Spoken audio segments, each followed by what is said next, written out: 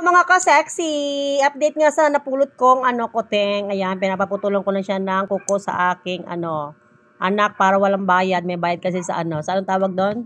Pet shop. Sa pet shop. Oh, yan walang bayad. Oh, 'di ba? Laki ng mata niyan. Magpakabait ka lang diyan, Muneng. Mabang ko na siya. Muneng, magpakabait ka lang diyan.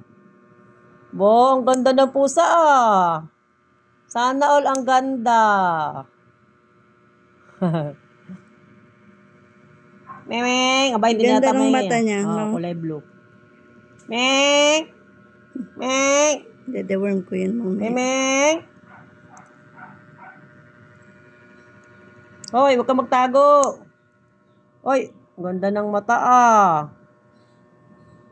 sana. Siya na. Nga pala kay Mingming, pinapainom namin siya ng pamulate para mawala ang kanyang bulate. O, diba? Ang galing niya mag-inom. O, diba?